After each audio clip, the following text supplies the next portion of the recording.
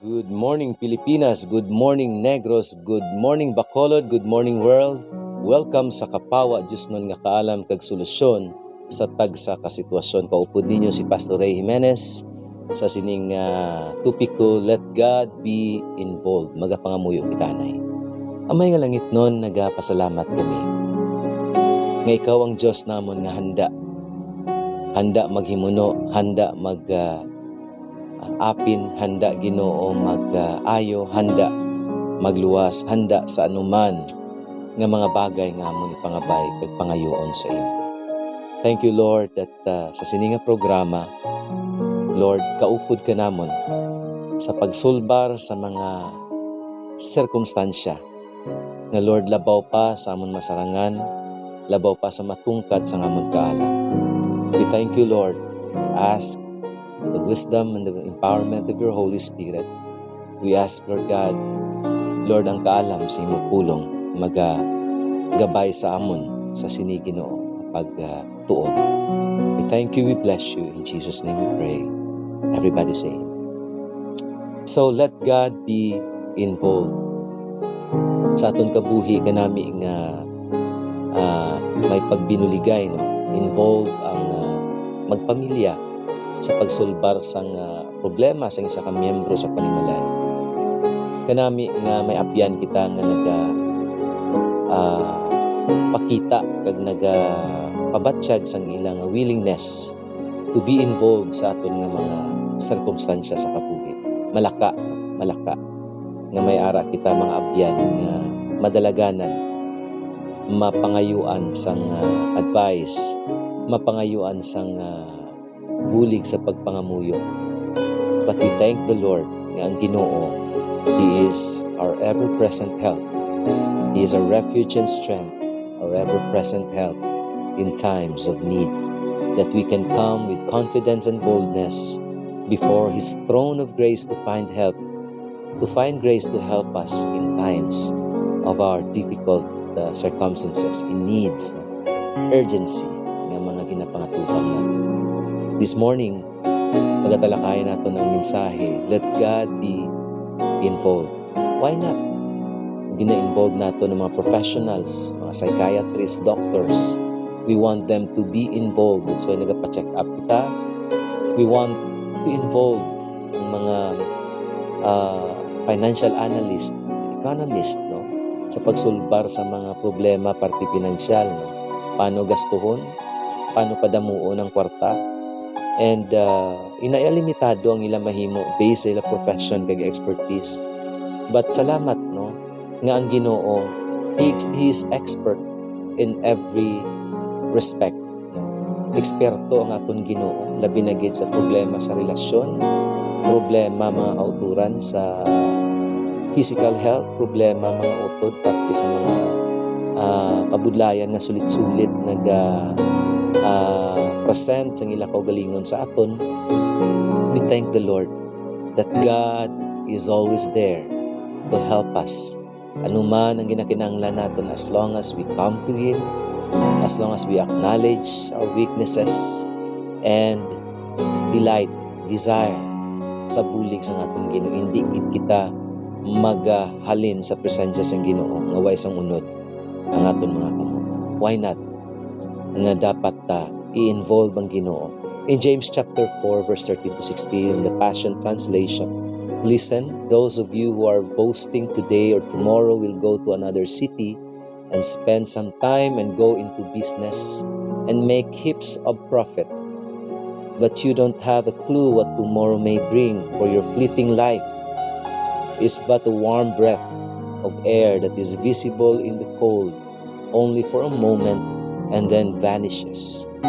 Instead, you should say, our tomorrows are in the Lord's hands, and if He is willing, we will live life to its fullest and do this or that. But here you are boasting in your ignorance, for to be presumptuous about what you'll do tomorrow is evil, without involving God. So may ara gani mga kauturan, atong katahom no, suliton ko lang anay, instead you should say, no, nang gapabugal kitabla sa mga as if na controlled naton ang inadlaw sa palaabuton ang binulan. As if nga daw na frame naton la ang pwede matabo, no? We have calculated to its smallest nga detail ang mga panghitabo nga a month from now, a year from now, no? So ang hambal diri kanami, instead you should say in verse 15, our tomorrows are in the Lord's hand. Kay hambal diri, if He is willing, no? If God wills, hambal bla ibuot sang Ginoo sa kaluoy sang Ginoo, no? Himuon tani kag himuon tana kag makadto tadi makadto tato, no? Siling diri, pero ari kita karon nagapabugal kag as if nga control naton ang guwas, and that is out of our ignorance or stupidity. No, we are presumptuous about what tomorrow can bring us. Siling diri, that is evil. Butsing ganon, that is far and beyond, no, sa pagrespetar naton that God is in control. God is God. So may haragan sa Biblia in the book of Daniel by the name of King Nebuchadnezzar. Familiar sa aton, no, because na-mention si Daniel, who was thrown because of his faith. Wala siya na-give up sa iyang source of power and wisdom, no? Ginkilala niya ang Diyos nga iyang source, so ay niya give up ang iyang prayer, and because of that he was executed to be thrown out, no? Thrown down into the lion's pit. But God shut the mouths of the lion, mga kauturan, and also Meshach, Shadrach, and Abednego. So here we are, Nebuchadnezzar one time sa iyang kasikatan, because he's not only a king, but he is the King of Kings, the king of the whole empire of Babylon. Because of that, nag-boast siya, nagtinikal siya, kag nagpabugal nga hindi pala mo ini ang akon nga ginhimo nga mga magnificent nga mga palaces, the kingdom, this empire that I have built, ay pila kaayang ya ginhambal. And then naakig ang Diyos, ginhusgahan siya kag ipakilala sa iya nung he is just but mere human. Kung way naging salig sang Ginoo sa iya, hindi niya man maangkon ang ina nga mga kamanggaran, mga kauturan. And because of that, si Nebuchadnezzar nangin gingkwaan sang tsakto nga pangunahuna kag nagupod sa mga kasapatan, not until the time, mga kauturan, that he acknowledged, no, the greatness of God. Sanging acknowledge in Daniel chapter 4:26 that heaven rules and God is sovereign above all. God is above all power, dominion, position, authority in this earth, on this earth. In Daniel chapter 4:34-35, siling diri sa pulong sang Ginoo in NIV translation, at the end of that time, I, Nebuchadnezzar, raised my eyes towards heaven, and my sanity was restored. Then I praised the Most High. Dito niya naintindihan na may mas mataas pagid sa iya. I honored, no, and glorified Him who lives forever. His dominion is an eternal dominion. His kingdom endures from generation to generation. All the peoples of the earth are regarded as nothing. He does as He pleases. With the power of heaven and the peoples of the earth, no one can hold back His hand or say to Him, "What have you done?" Na intindihan niya, God is God.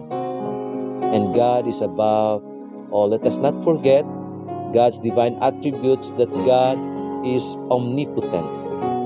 He is all-powerful, that God is omnipresent. He is present everywhere. And God is omniscient. God knows. He is all-knowing. He is all-powerful. He is all and ever-present. And He is all-knowing, mga kauturan. One of the greatest sin of the nation of Israel in the wilderness, as they were fleeing, as they were departing from Egypt, the land of slavery, mga kauturan, they were delivered out from Egypt, from that land of slavery, because of God's outstretched arms His mighty power nga ginpakita niya, gin-display niya no, sa kay Pharaoh kag as they were in the journey in the wilderness mga kauturan, ang ila dako nga sala. No, for 40 years that they were limiting God. They have underestimated the power of God, the promises of God. They have never relied. They have never trusted fully sa promesa kag saad sang aton nga Ginoo mga kauturan. And it changes the course of their destiny as a whole nation. For how many millions of Israelites, including the mixed multitudes that had walked in unbelief. Grabe na gid ang ila naging pakita sang Ginoo nga sampol sa ila, sang yagahom mga kauturan. No, ang saad sang Ginoo nga ging patod sa ila, ging pangduwa-duaan pa nila.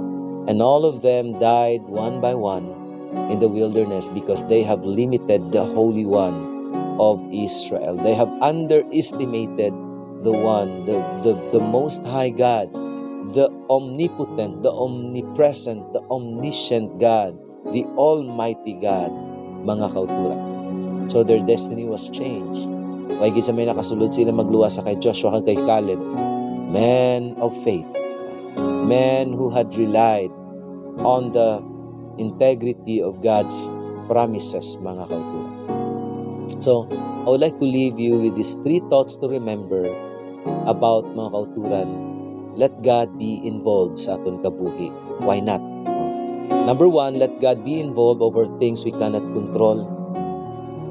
Here comes our frustrations, our discouragement, or unhappiness because may mga bagay ginapilit naton hindi sa chimpo, hindi aton, no? Hindi pa subong, base sa dasunggulan pa, pero ginapilit naton. No? Involved naton ang Ginoo sa mga bagay nga hindi ta makontrol. We wanted to change our fellow men. No? Budlay, hindi naton kaya. Hindi ta gani kaya, kambyuhon ka o galingon ta. Without the help, without the grace and the power of God, hindi ta gin makambyo ka o galingon ta. So we cannot control a lot of things in life. Number 1, nature. Makontrol ang nature, hindi makontrol ang economy. Economy goes up and down. May mga nagahampang sa ekonomiya naton. May mga major player na mga nagakontrol sa sining mga butang, no? O globally. We cannot control time. We can only take advantage. We can only maximize. We can only mga kauturan respect nature, respect mga kauturan, take advantage of the economy, and also make use of the time. And so we cannot control also people's decision. May tamahimo bisan ano pa naton ka close ang tawo, may mga tion nga kahimo decision sila kag hindi ta makontrol ang ila action, ang ila thoughts, and a lot more. So let God be involved over things we cannot control so that hindi kita ma-frustrate, hindi kita mga kauturan ma-discourage sa kabuhi. Pabay ilang nung hindi imo, hindi gid. Ang imo may nanong tinguha sang iban nga ipalagyo sa imo gid ya, no? Especially kung mag-intra na ang Dios. Paintrahon tabla ang Dios. No? Why not? Paintrahon ta ang Dios sa sini nga mga bagay nga hindi ta makontrol. When the moment that we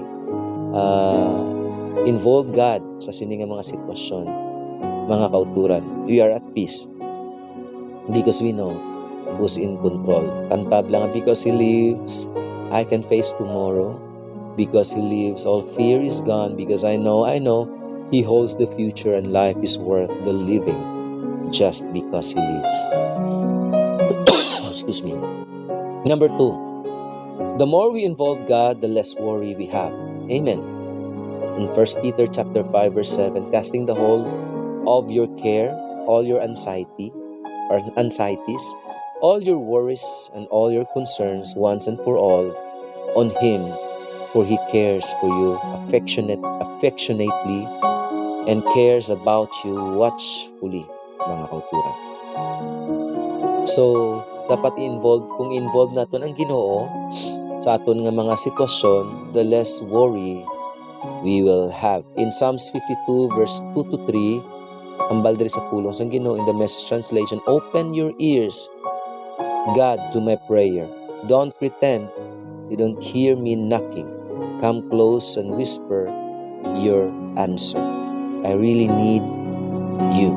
Wow. Passionate din man na translation. So, the more we involve God, the less worry we have in life. So, involve na to ng Ginoo. Matthew 6:31 to 33. So, do not worry about having enough food or drink or clothing. Why be like the pagans, people who don't have a personal relationship with God, who are so deeply concerned about these things? Once nga layo, nakita ko bla, once nga layo ang aton relasyon sa Ginoo, grabe ang aton kabalaka, grabe ang aton nga kahadlok, no? Pero the more nga nagalapit kag mas kilala ta ang Ginoo, we have a personal relationship with God, mas less ang worry, mas less mga kauturan ang tama ka concern kag paranoid or panic sa aton mga utod. No? Kay siling diri, your Heavenly Father already knows all your needs. In verse 33, and He will give you all your need from day to day if you live for Him and make the kingdom of God your primary concern. Sa NIV ni, seek ye first the kingdom of God and His righteousness, and all of these things shall be added to you as well. Amen. Philippians 4:6-7, New Living Translation, don't worry about anything. Instead, pray about everything. Gina-involve naton gali ang Ginoo once naga-pray kita. Gina-involve naton ang Ginoo once ginatindugan naton ang yapulong. Gina-involve naton ang Ginoo once why kita naga-operate sa kahadlok, panic, no? Kag kung ano pa nga mga negative emotions ginapabayaan naton mag-rule over sa aton nga tagipuson, rather than believing and trusting fully in God's ability or capacity to handle our situations for us. All we need to do is to trust Him, yield to Him. Siling diri, no, don't worry about anything. Instead, pray about everything. Tell God what you need and thank Him for all He has done.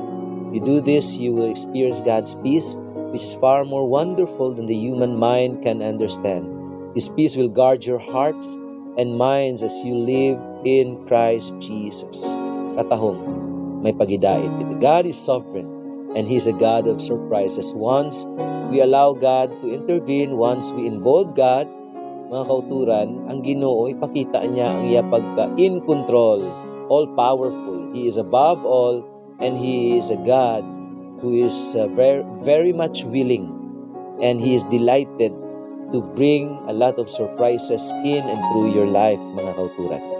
God's wisdom is unfathomable, di ta matungkad.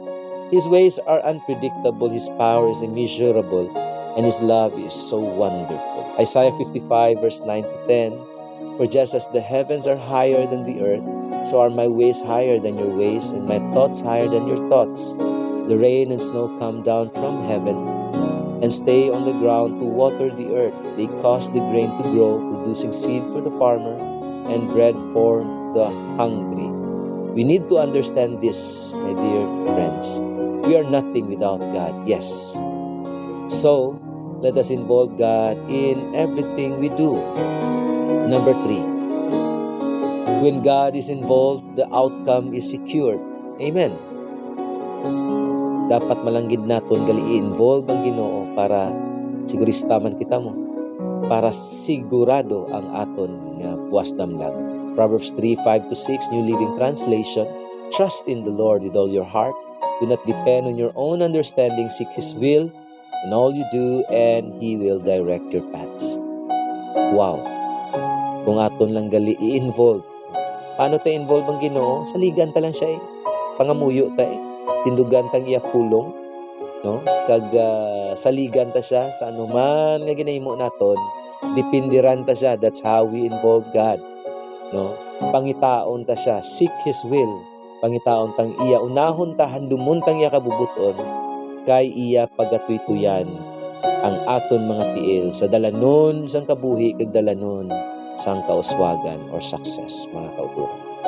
So, do not forget, let God be involved. Ano ihan ang mga sitwasyon sa imo kag akon kabuhi nga dapat i-involve naton ang Ginoo, mga utod. Let God be involved over things we cannot control. There's a lot of things you cannot control. Involve God. Yambal sa Ginoo, Lord, hindi ko ni control. Hindi ko ni kaya. Help me. na namian ang Ginoo mamati sa mo na nga klase humility ka-confession ngay mo naton kita kaya. We need His intervention, we need His strength, we need Him mga kauturan every step of the way. Let God be involved. The more we involve God, the less worry we have. Mas hindi ka na mag-worry kay tungod Ginoo na naibala. Number 3, when God is involved, the outcome is secured. Ano man nga sitwasyon ginapangatupang mo, allow me to pray for you today. Kindly raise your hand as we pray. Father in heaven, I commit to you, my dear friends, my dear brethren, listening to this voice. Lord, there's a lot of circumstances. For a lot of times in our lives, we have just involved professionals, we have involved our own human intellect, our own human strength, but we have failed to involve you. Today, we say, Lord God, in every way, we would like to trust you, we would like to prioritize you, we would like, Lord God, to pray, we would like to present these concerns to you, Lord, because we want to involve you. Lord God, every step of the way sa amon kabuhi. There's a lot of things we cannot control. Take full control over this situation, over these things. Lord God, we want to involve you, Lord, because, Lord God, we want to let go of these worries because we know, Lord God, you are fully in control. Lord God, thank you that the outcome, as we involve you, as we ask for your help, is secured. You lead us to the path of life, to the paths, Lord God, of righteousness, to the paths, Lord God, of success. We thank you, we bless you. In Jesus' name we pray. Everybody say amen. God bless everyone. Stay tuned. Thank you for keeping up. Thank you for tuning in. And padayon lang gid no sa atong program, Message of the Cross. Stay tuned as we continue with Reverend Solomon Nabita. God bless you all. Bye-bye.